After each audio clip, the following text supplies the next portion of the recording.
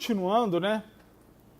Eu preciso fazer aqui, ó, já que eu fiz a criptografia, eu preciso fazer o descriptografar, certo? Vamos pensar como é que o professor foi ruim de dar um método tão grande para vocês fazerem nesse tempo de aula, né? Nesse tempo entre a última aula e hoje. Mas vamos pensar no seguinte, o que faz o criptografar? Ele pega um texto, separa letra a letra e aplica uma chave, certo? Então vamos pensar assim, se a chave é 1, o que ele faz? Ele pega a próxima letra, certo? Então se o meu texto é aula, o A vai virar B, o U vai virar U, depois do U. O A vira B, o U vira V, o L, M e o A de novo vira B, certo? Então é isso que é a criptografia, certo? Então vamos fazer assim bem para pensar lá, ó. Se eu mando aula para criptografar com a chave 1, o que vai acontecer? O A vira B, o U vira V, o L e o A. Então, o resultado da criptografia é esse aqui. Certo? Porque eu andei 1 para a direita. Tranquilo? E da descriptografia? Como é que eu faço a descriptografia? Alguém tem alguma ideia? O contrário. E como é que eu programaria aqui? Sei lá, eu acho que podia chamar o outro e... Seria a posição menor da menos a chave. Sem inverter, menor maior. Menos a chave é uma boa, porque aí ia colocar a posição original, sei lá. Na verdade, a chave negativa. E aí, como é que... Então, me ajuda aí. Como é que eu vou programar? Eu só estou digitando. Programa aí. Vai falando aí que eu vou programar.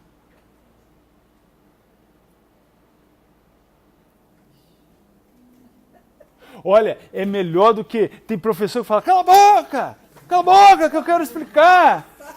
Cara, fazer uma pergunta é muito melhor. O cara não é mal educado, né? O professor não é mal educado. E, cara, dá para você ouvir alguma coisa longe. Não tem ninguém falar nada. E todo mundo fica com aquela cara assim, não vou fazer contato visual, porque senão ele vai perguntar para mim. Então cada um olha para um canto, olha para baixo, olha para cima. Ó. Eu estou olhando para lá, estou tentando pensar. Vamos lá, ó, aulas de lógica. Como é que a gente resolve? Ó, você deu uma ideia boa, só faltou desenvolver. Acho que... Jefferson. O que você falou? Seria, faria o inverso, botar uma chave negativa. Uma chave negativa. Ele já praticamente resolveu. Então agora como é que eu vou implementar essa chave negativa? Seria da mesma forma da criptografia, negativa. Tá. Você tá sugerindo de, tipo assim, eu copiar isso aqui, colar aqui no descriptografar e pegar a chave e fazer ela negativa? Isso aí, muito bem, olha lá. Tá vendo? Resolveu. Não é isso que é para fazer? É. Olha só, ele vai gastar, ó, da linha 21 à linha 35, ele vai gastar 14 linhas para resolver o problema. Não está certo? Mas, só que, na verdade, 14 linhas mais uma linha para inverter a chave, não é? 15 linhas. Vamos resolver então? Olha só. Eu vou fazer o seguinte, ó.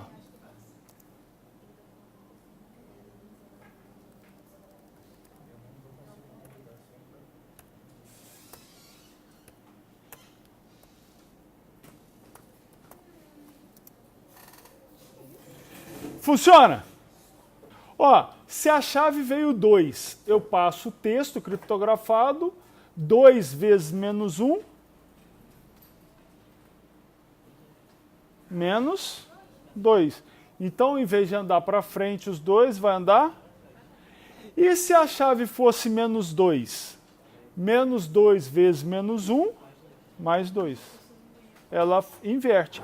Por causa disso, que lembra quando a gente fez esse if aqui na aula passada, eu fiz questão de fazer o else. Mas só que eu falei para vocês, e se alguém passar uma chave negativa? Né? Então, na verdade, eu estou tentando proteger para frente, né? Se ultrapassar a última letra do alfabeto, e para trás, se for anterior a A. Beleza? Entendido o que eu fiz? Então, olha só.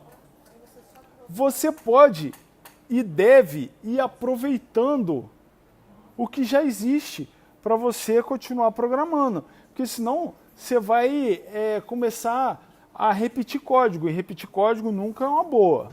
Tá? Bom, terminado isso aqui, vamos pensar lá no seguinte, olha. Eu terminei essa classe criptografia, certo? Beleza. Agora, o que eu tenho que fazer? Eu tenho que começar a criar a classe principal. Então, da classe principal, eu vou criar a classe e fazer todas as assinaturas de método. Então, olha lá. Eu vou pegar aqui, ó. Acho que elas estão aqui no aula 2. Tá. Ó, botão direito, novo, classe Java. Vou criar lá a classe principal. Aí, como essa classe ela vai ter o método, ela é a principal, né? Ela vai ter o método main. Então eu já vou criar aqui, ó, public static void main string. Opa, o string saiu com T maiúsculo.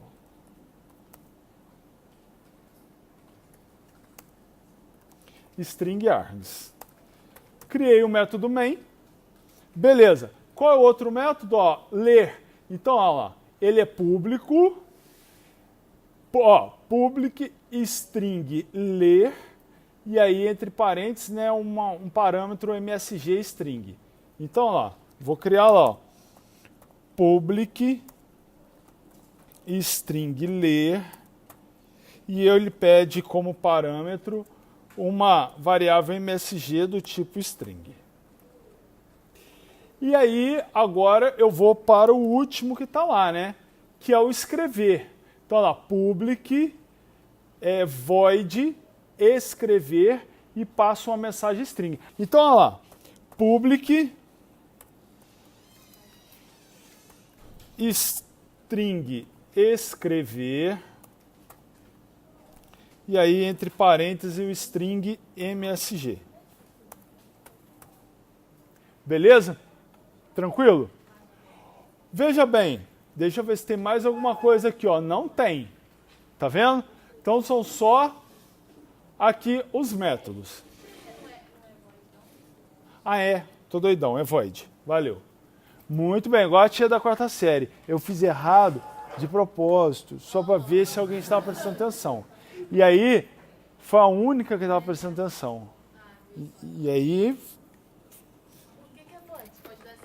Void é quando não retorna parâmetro. Quando retorna alguma coisa, você tem que declarar o tipo do retorno. Ou seja, o tipo da variável que recebe aquele retorno. Tá? Vamos lá. Olha só, eu tenho métodos que quando eu chamo, ele só processa e acabou. Por exemplo, se eu falar assim para você, estuda. Você vai estudar e acabou. Agora, se eu falar assim, ó, lê essa folha para mim, você vai começar a ler e vai falar o que você está lendo. Então, você está me dando um retorno. Tá certo? Beleza. Quando o método é void, ele não dá retorno para quem chama. Tá certo? Ele só se processa e acabou.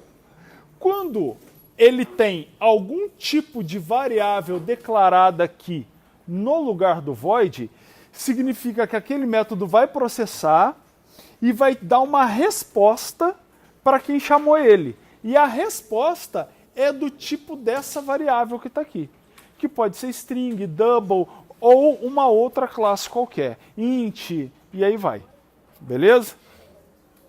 Bom, então, o que eu vou fazer? Eu vou sempre, eu começo pelas peças para depois eu chegar na parte principal.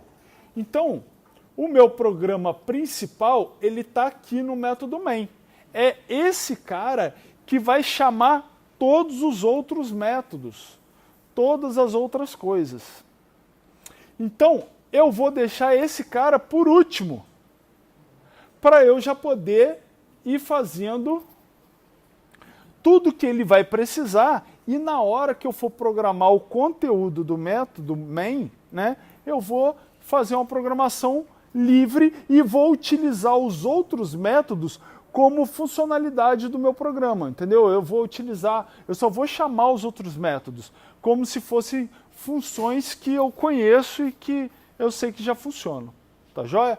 Então, olha só, o primeiro método, que é o mais fácil, é o escrever. Pô, eu vou pegar essa mensagem aqui e vou mandar na tela para o usuário. Então, simplesmente eu vou fazer isso aqui, ó. joptionpane.show message dialog null, aí a mensagem que é a variável que vai como parâmetro, opa. Aí eu vou colocar lá aula de Java e vou colocar um ícone. Tá lá. Terminei o método. O JavaScript sempre segue esse padrão? Sempre.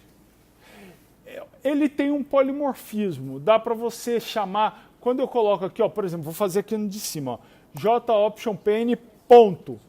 Se eu fizer um show, olha, ó, eu tenho confirm dialog, input dialog, show internal confirm dialog. Eu tenho um monte. Mas vejam, eu tenho, ó, show message dialog. Eu tenho 4. Isso se chama polimorfismo. Eu tenho 4 métodos com o mesmo nome. Cada método, qual é a diferença dele? Está vendo que os métodos pedem parâmetros diferentes? Então só a assinatura está diferente. Tá certo? O que acontece? Antigamente, nas linguagens mais... assim, época de década de 90 e tal... O que você acontecia? Você criava uma função, na época chamava função, que é a mesma coisa que método. Você criava uma função. Aí essa função fazia uma parada lá que você queria qualquer. Beleza. Aí você precisava, em uma determinada situação, você precisava que aquela função funcionasse um pouquinho diferente. O que acontecia? Você criava uma outra função com outro nome. Copiava tudo aquilo, colava na outra função e mudava um negocinho à toa. Só que o nome era diferente. Aí você ia fazendo isso, daqui a pouco o teu sistema tinha uma cacetada de função diferente que você mesmo que criou a função se perdia. Qual era a diferença de cada uma.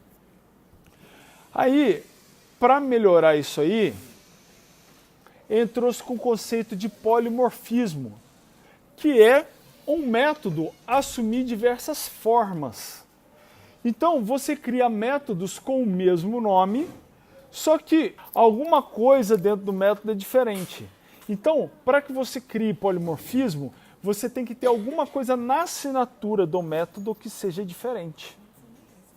Tá certo? Então pode ser, por exemplo, o tipo dos parâmetros, pode ser a quantidade de parâmetros, pode ser o tipo de retorno que dá o método, mas alguma coisa tem que ser diferente. E aí você chama um único método, que é mais fácil de decorar, você sabe, ó, esse método faz tal coisa.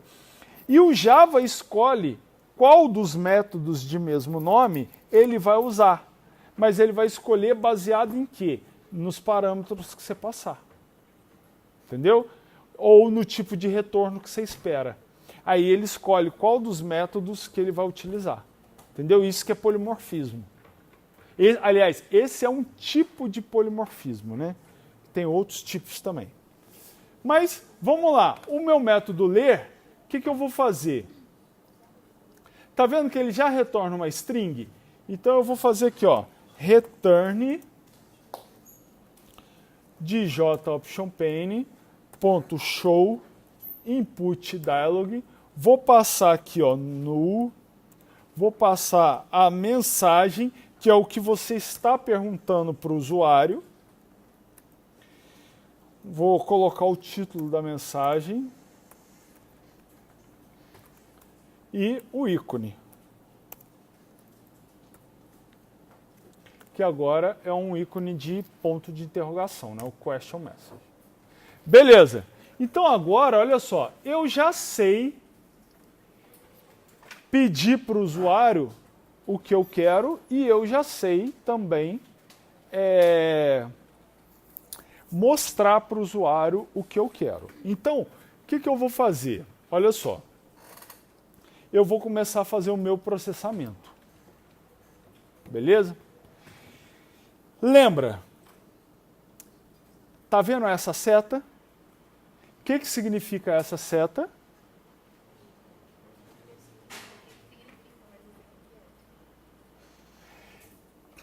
Viu? É melhor do que falar. Não consigo dar aula. Não, é melhor você faz uma pergunta. Faz uma pergunta e olha com cara de que você vai perguntar especificamente para alguém, aí você já dá uma olhada assim para todo mundo, que acabou, o silêncio está feito.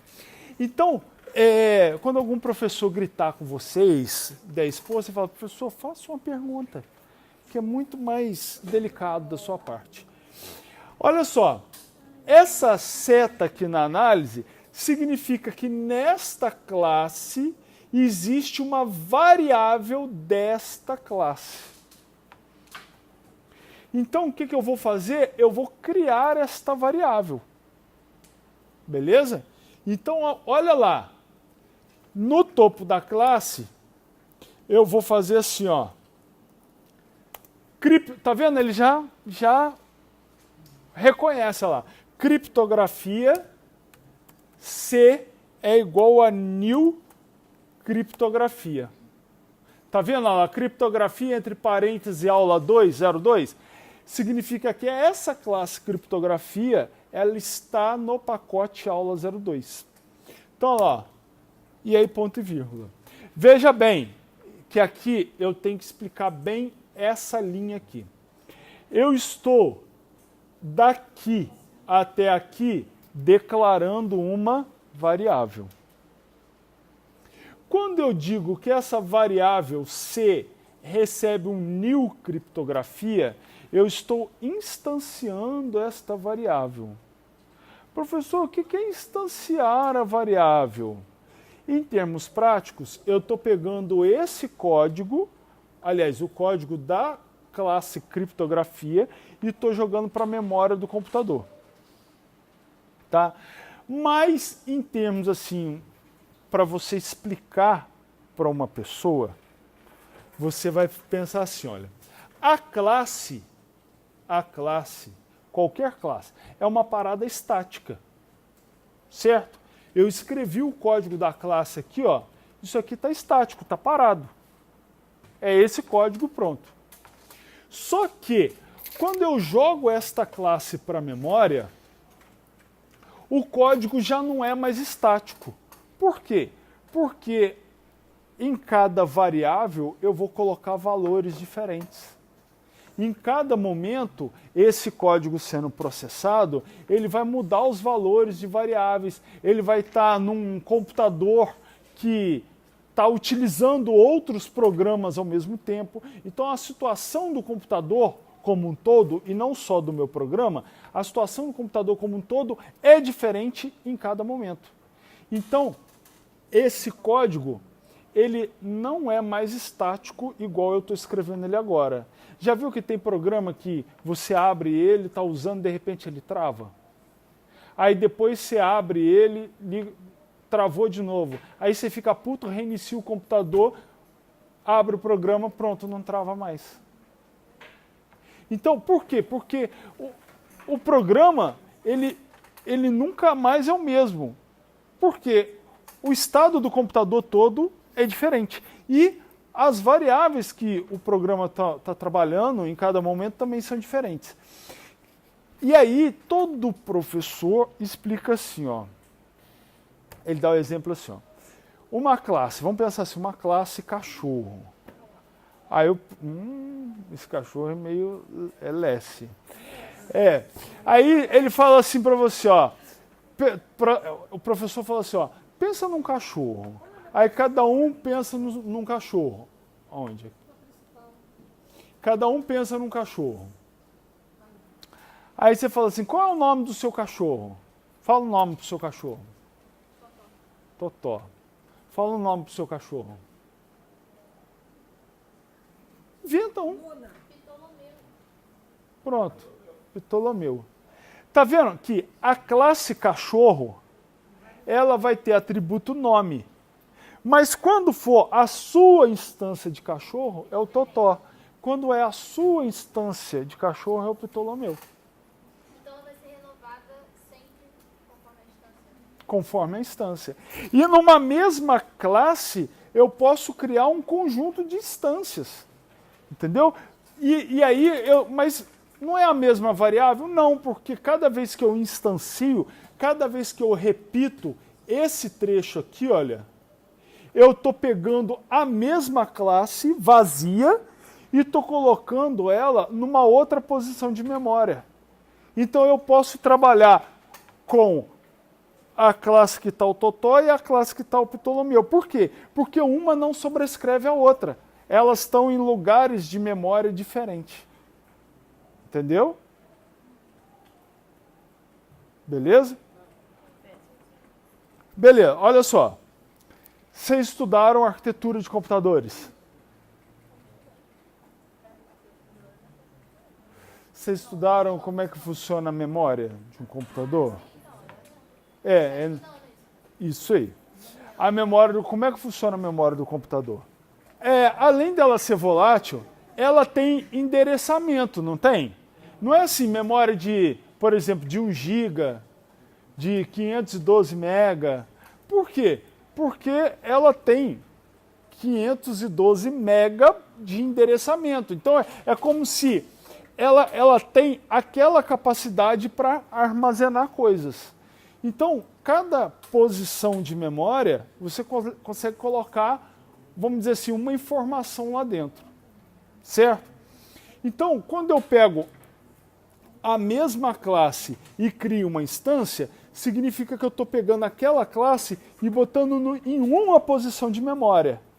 Aquela posição de memória vai guardar os valores dela. Se eu instanciar essa classe de novo, eu pego essa mesma classe, que está no mesmo lugar do HD, só que eu vou colocar em uma outra posição de memória. Por quê? Porque o computador vai usar a memória onde está vazio, ele não vai usar onde já está cheio.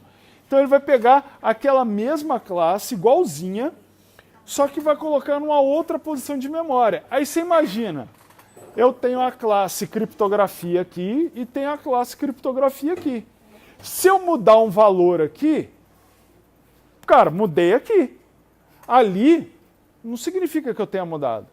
Tá certo? Então, eu consigo, por exemplo, vamos supor, eu tenho uma classe aluno.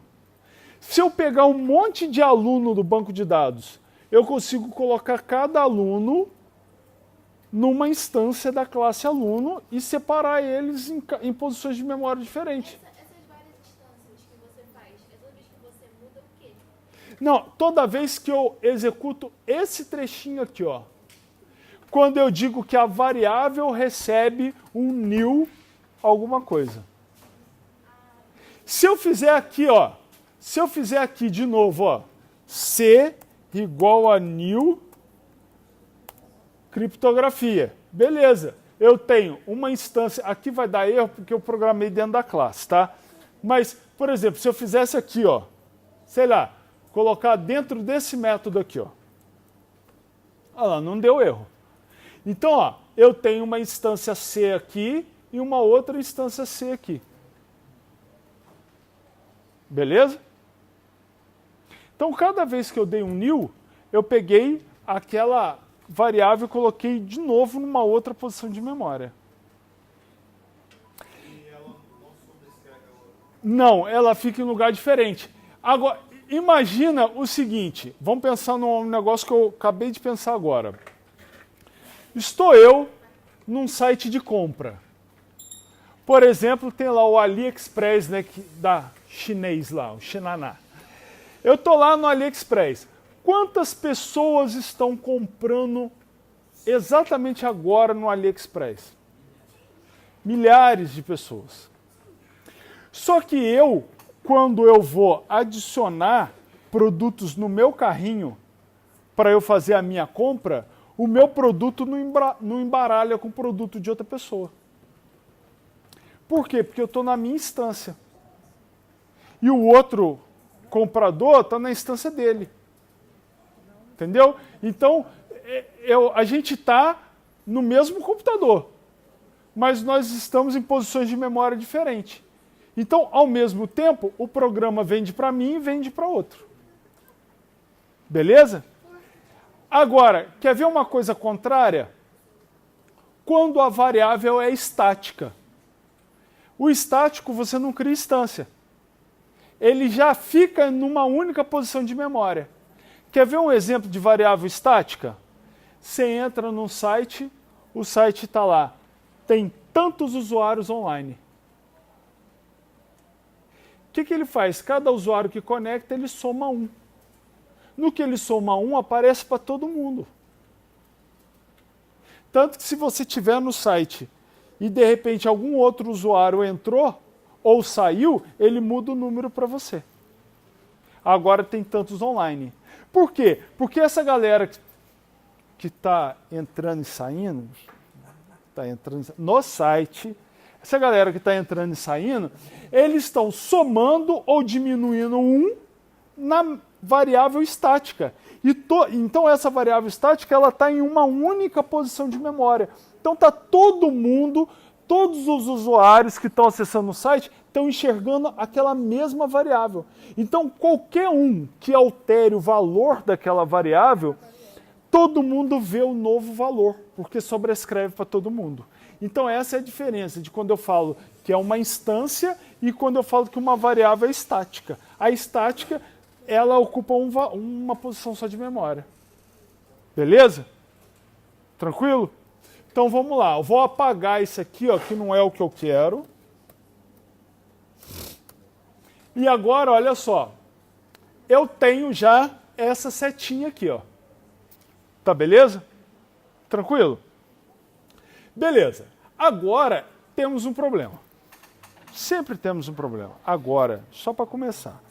Qual é o nosso problema? Olha só, C. Ponto criptografar.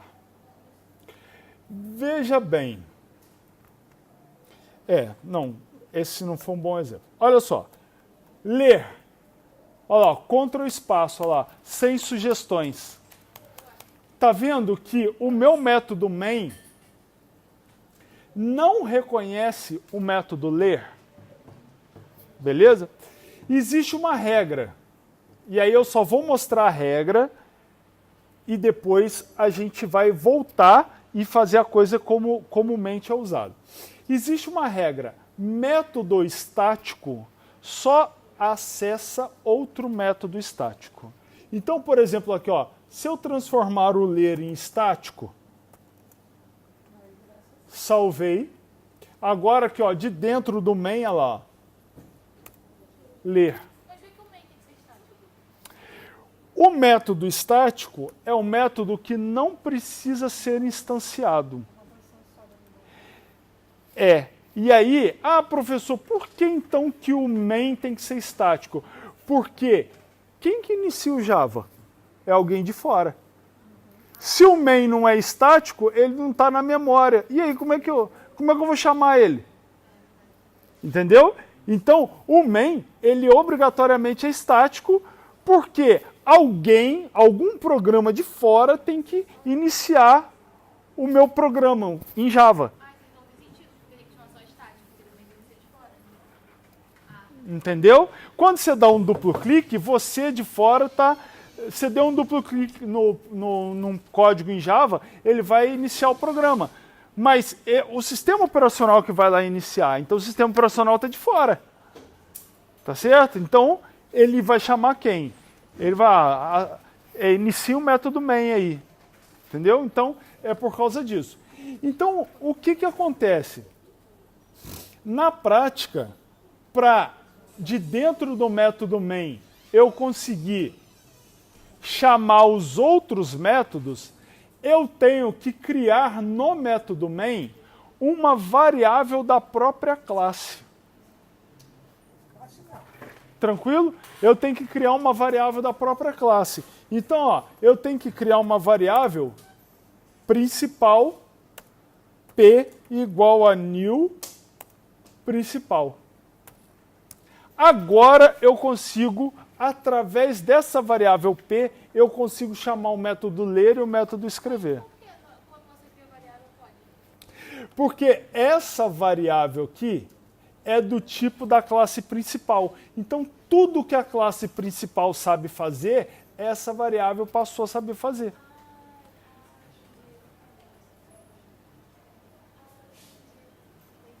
Entendeu? Então, agora sim, eu consigo, tudo através dela, p ponto, escrever, e ler. Tá vendo? Os métodos que eu criei, eles ficam em negrito. Diga, o que você não entendeu? Mas fala a sua dúvida. O que é a variável? Essa aí, principal. Como é que é? Por quê? Principal. O que tem a principal? Por que eu Porque, olha só, essa é uma variável da classe principal. Quando você cria uma variável de uma classe, aquela variável, ela nasce sabendo fazer tudo que a classe faz. Então, todos os métodos que eu tenho na classe, eu consigo acessar pela variável que é do tipo daquela classe. Então, a única forma que eu tenho de dentro do método main, que é estático, de acessar os outros métodos, é criar uma variável aqui dentro do tipo da classe principal. Porque aí essa variável, ela vai ter dentro dela os métodos ler e escrever. Entendeu? Se eu não fizer isso, eu não consigo. Então, olha só, agora eu já posso criar vamos dizer assim, criar o conteúdo do meu programa, tá certo? Que é o quê? É uma coisa muito simples. Eu preciso de criar um cara que leia um texto, leia uma chave e me informe qual é aquele texto criptografado. Tranquilo? Então, vamos lá. O que eu vou fazer? Aí eu começo a declarar a variável normal para usar aqui dentro e fazer o programa. Int chave recebe quem? p.ler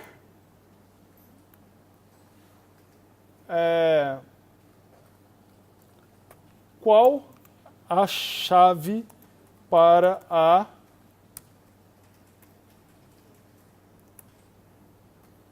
criptografia. Criptografia. Aí, vejam, deu erro, não deu? Porque o método ler me devolve uma string. Então, eu tenho que fazer antes do p.ler um integer.parseInt de ler. Olha lá. Tá certo? Olha lá, integer.parseInt de p.ler. Tranquilo? Então, olha lá, li a chave. Eu não preciso fazer esse integer.parseInt para ler o texto. Então, olha lá, string texto recebe o quê? p.ler. Aí eu vou passar o texto. Porque o texto é string aqui, ó. Esse método devolve uma string e eu estou jogando o conteúdo dele numa variável do tipo string. Então não preciso transformar. Ó, qual o texto a ser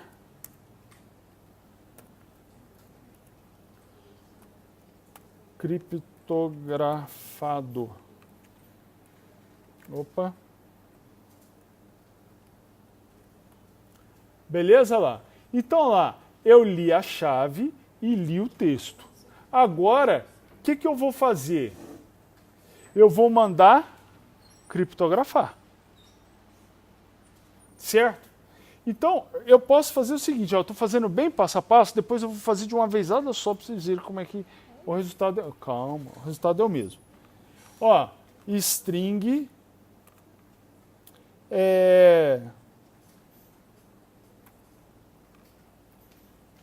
criptografado recebe.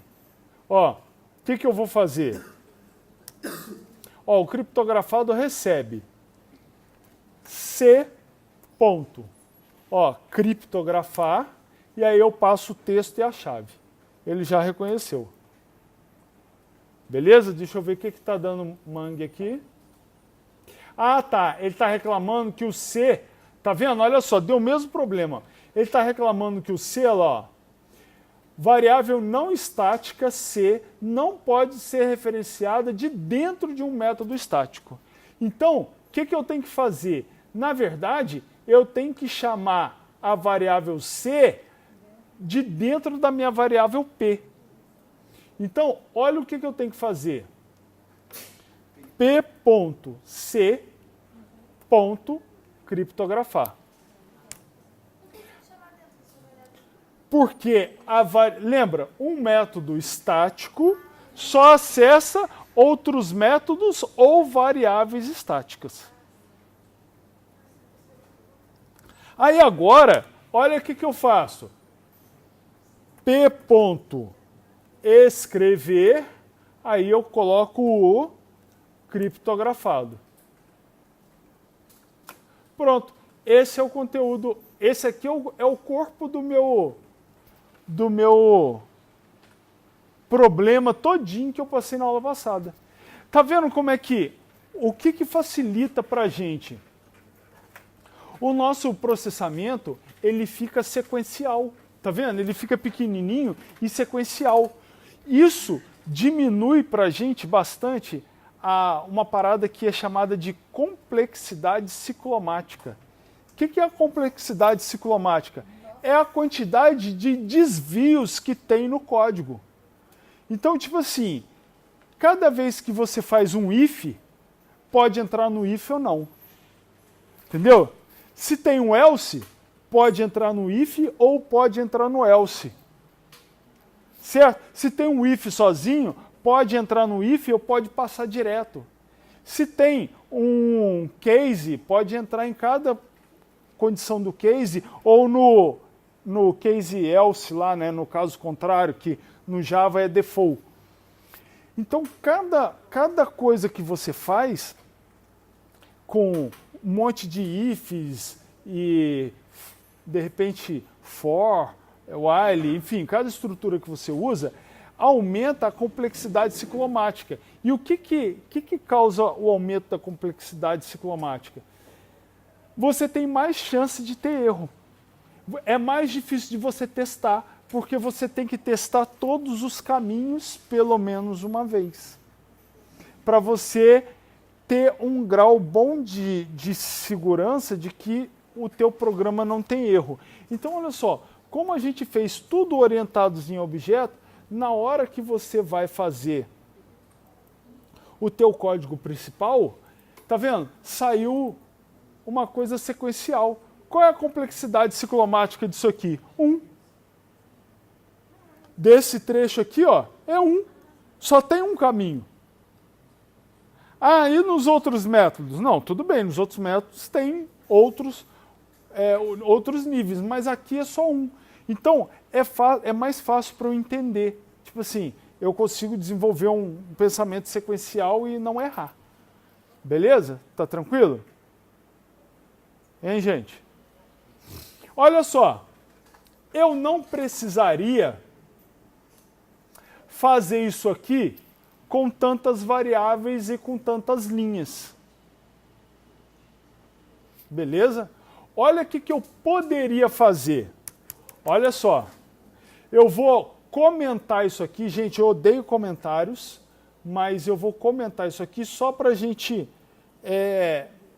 entender. Olha só, eu poderia fazer o seguinte. O que eu quero fazer no final das contas? Eu quero escrever o texto criptografado, certo? Não é? Então eu posso fazer assim, ó, P ponto e caramba. Ó, eu posso fazer isso aqui, ó, P ponto escrever. Mas eu vou escrever o quê? Ah, eu vou escrever o retorno da criptografia, não é? Qual é o retorno da criptografia? P.C. criptografar. Ah, mas aí, para eu criptografar, eu tenho que pedir para o usuário, olha só, eu tenho que pedir para o usuário uma chave, certo? Que é esse lugar onde está null. Tá bom, vamos pedir uma chave, ó.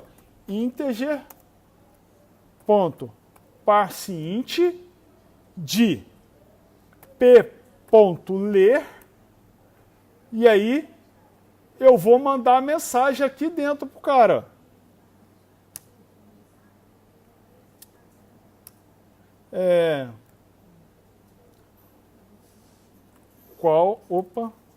Qual a chave para a criptografia?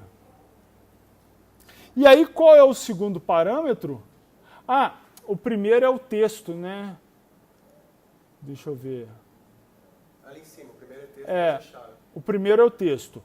Então, ó, esse aqui já é o segundo parâmetro. O primeiro parâmetro... Então, o que eu vou fazer? Ó? O criptografar, o primeiro parâmetro é a chave. Deixa eu só confirmar aqui. Ó.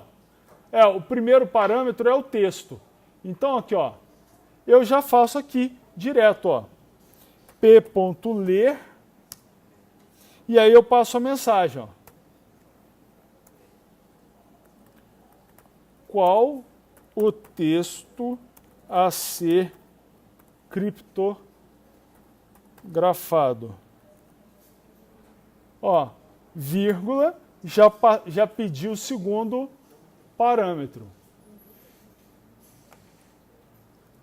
Deixa eu acertar aqui para dar para ler. Ó, vou fazer o seguinte. Isso aí, pronto. Tá vendo? Olha só.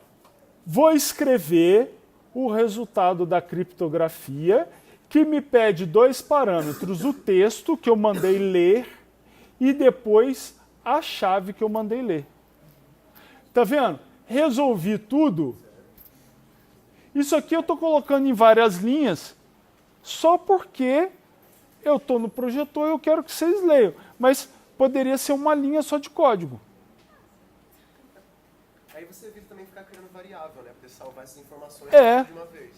Entendeu? Então, olha só, um método, a informação de um método já vai como parâmetro para o outro método. E aí eu evito criar variáveis.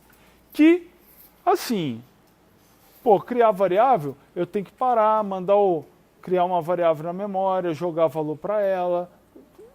Isso tudo vai me custando mais processamento, né? Então, a tendência é que meu programa vai ficando mais lento, né? Então, assim, ó, vamos testar. Gente, olha só, eu fiz aqui para mostrar para vocês, não sei se está funcionando. Então agora nós vamos testar, vamos ver se funciona. Eu vou fazer de cara com o mesmo exemplo lá, aula e 1. Então, ó, botão direito, vou mandar executar arquivo. Se der pau, já vai dar pau de uma vez. Aqui, ó. Qual o texto a ser criptografado? Vou colocar lá, ó, aula. Vou dar um OK. Ó, qual a chave para a criptografia? Colocar 1. Vou dar OK. E olha a resposta. Vamos ver se confere.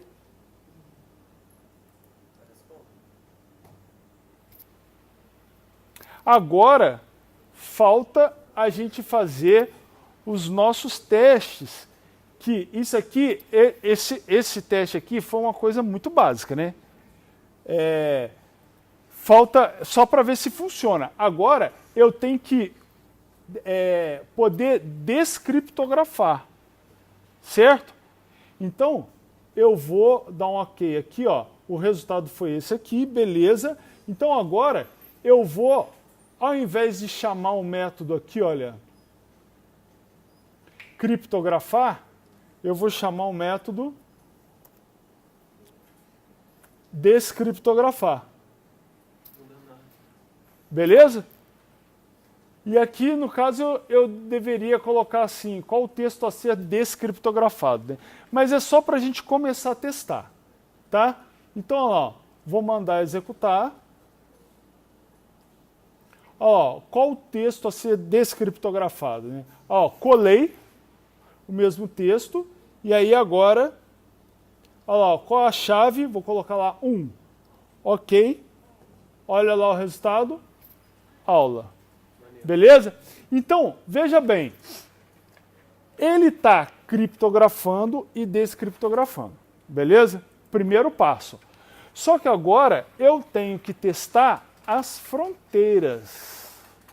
Ou seja, eu tenho que testar o seguinte, lá na criptografia, eu tenho que ter uma palavra, por exemplo, que tenha Z, para ele ir para lá e voltar para o A,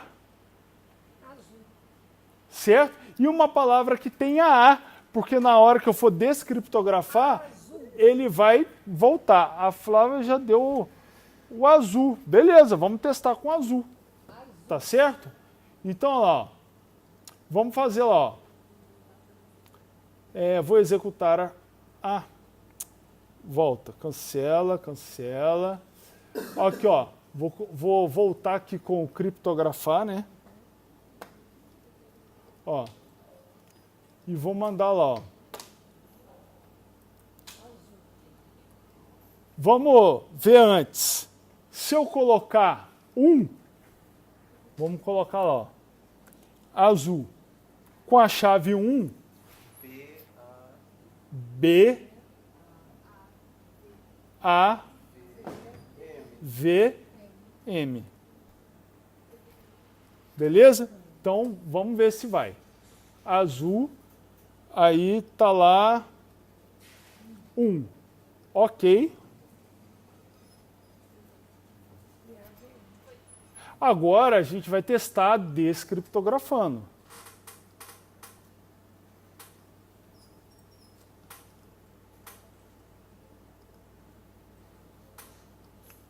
Ó, vou aproveitar aqui, ó, aquele servição de preguiçoso.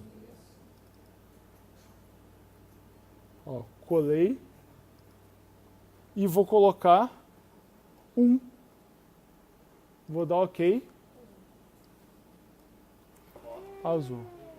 Beleza? Então, assim, agora a gente viu assim, pô, tá funcionando, né? Então, você já começa a acreditar que a parada está funcionando. Aí, dali você vai testar. Ó, vou tentar, e se eu colocar uma letra maiúscula? E se será que criptografa com um caractere especial? Será que se eu colocar um espaço, vai criptografar também? Entendeu? Então, aí você vai testando. Mas o que eu quero assim, colocar para vocês é o seguinte.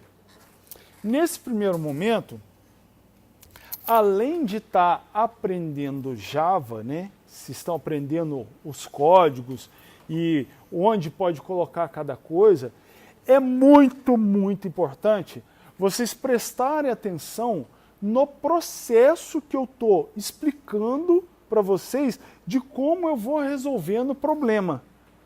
Tá? Isso é muito importante, porque daqui a pouco os nossos programas vão ter uma complexidade alta.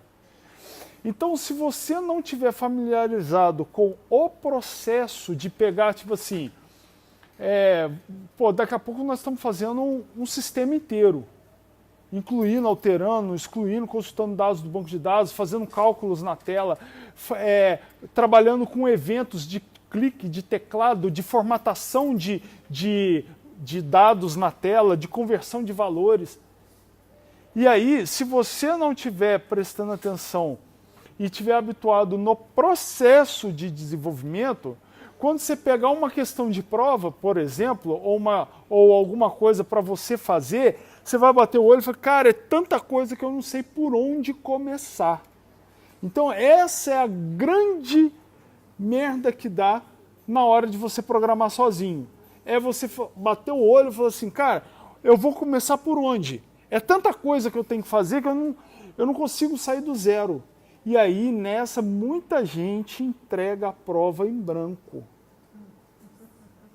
Porra, cara, se você não tiver habituado com o processo de pegar um problema, pensar nele, quebrar ele em partes pequenas e começar a desenvolver, mesmo que seja a coisa mais ridícula do mundo, mas é o pedacinho fácil mesmo. Você vai pegar um pedacinho fácil, vou resolver só esse. Aí vou pegar um outro pedacinho fácil, vou resolver esse. E aí esse, até você ter todo o contexto pronto para você pegar e montar o teu programa, cara, se você não fizer isso, não sai. Não sai. Entendeu? Beleza?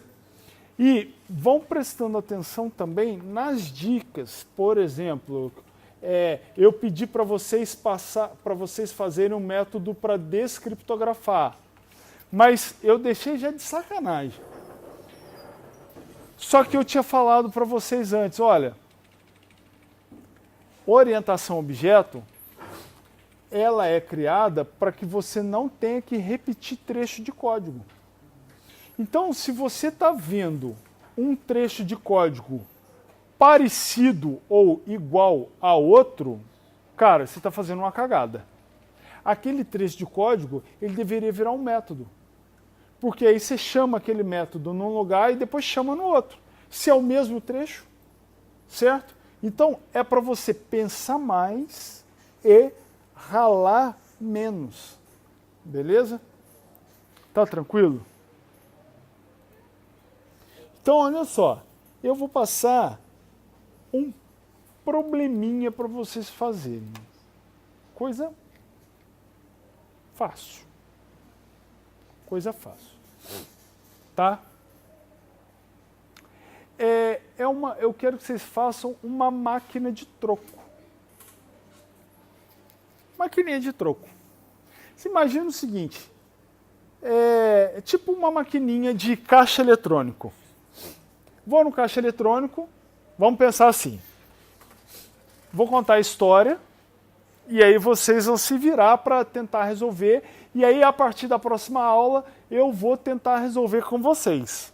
Tá? Mas eu quero que vocês ralem para tentar fazer. Se não conseguiu, beleza. Mas assim, essa vai ser a primeira chance de vocês tentarem fazer sem estar valendo nada. Na próxima eu já vou botar valendo. Tá? Para não dizer que eu sou um cara ruim. É uma maquininha de troco. De troco não, de caixa eletrônico. Então, o que você vai fazer? Vamos pensar primeiro na máquina. Como é que funciona um caixa eletrônico? Vai um filho de Deus lá e coloca uma cacetada de nota de R$100, uma cacetada de nota de 50, de 20, de 10, de 5 e de 2 no caixa eletrônico. Então ele abastece o caixa eletrônico. Cada nota tem seu lugar para ficar. Certo? Bom, chega o cidadão para fazer o saque, ele quer tirar dinheiro no caixa eletrônico, ele vai colocar um valor. Ah, quero tirar R$100. Tá? Tipo assim, R$100. Se o caixa eletrônico der 50 notas de R$2 pro cara, Vai acabar as notas de 2, né? vai acabar a nota de 2 e o cara vai ficar puto. Porque ele vai ficar com a carteira lotada, a bunda inchada, né? Quando ele botar a carteira na bunda, vai estar inchado, ele vai sentar torto e ele, assim mesmo, vai estar só com R$100, né? O que é a melhor situação para o caixa eletrônico? Ele dá o dinheiro para a pessoa utilizando a menor quantidade de cédulas possíveis. Ok. Então você vai lá sacar R$100, ele pega uma nota de 100 e te dá. Pô, ele ficou com todas as notas de R$2, todas de 5, de 10, de 20, de 50 e só gastou uma cédula. Imagina no caso anterior, o cara te dá 50 notas de R$2. Aí você vai, eu quero sacar R$7. Ele fala, não tem. Ou você saca 5 ou saca 10, porque 7 não tem, que eu já gastei as de 2. Ele não consegue fazer o valor que a pessoa quer depois, entendeu? Então, é muito mais vantajoso que a máquina dê a menor quantidade de cédulas possíveis. Então, o que é que eu quero? Eu quero que vocês façam um programa em Java parecido com esse aqui. Só que esse cara aqui é o principal, da mesma forma, e esse cara aqui é o caixa eletrônico. Vocês vão implementar nesse cara aqui, olha, duas coisas nesse cara que vocês vão implementar. Vocês vão implementar abastecimento de cédulas e saque.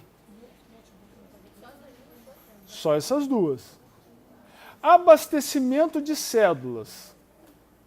Eu quero que seja um método onde o caixa pergunta assim, ó, você quer colocar quantas cédulas de 100? Aí, se eu não quiser colocar cédula nenhuma, eu boto lá 0. Quantas cédulas de 50? Aí eu, sei lá, eu coloco 10 cédulas. Quantas de 20? Quantas de 10? Quantas de 5? Quantas de 2? E aí, ele vai ter a quantidade de cédulas de cada valor, de cada nota. Você vai ter que saber quantas notas você tem de cada valor, de cada... aliás, quantas cédulas você tem de cada valor, né? E aí, vai ter que ter também a opção de efetuar saque. Tá certo? De efetuar saque. Então eu vou chegar e vou querer sacar valor. Qual que vai ser o teste que nós vamos fazer no nosso programa? Eu vou colocar assim, ó, por exemplo, eu vou colocar 0 notas de R$100 e eu vou querer sacar R$100. Aí eu quero ver se ele vai me dar 2 notas de 50. Ou se ele vai me dar 5 notas de 10, de 20, 10 notas de 10.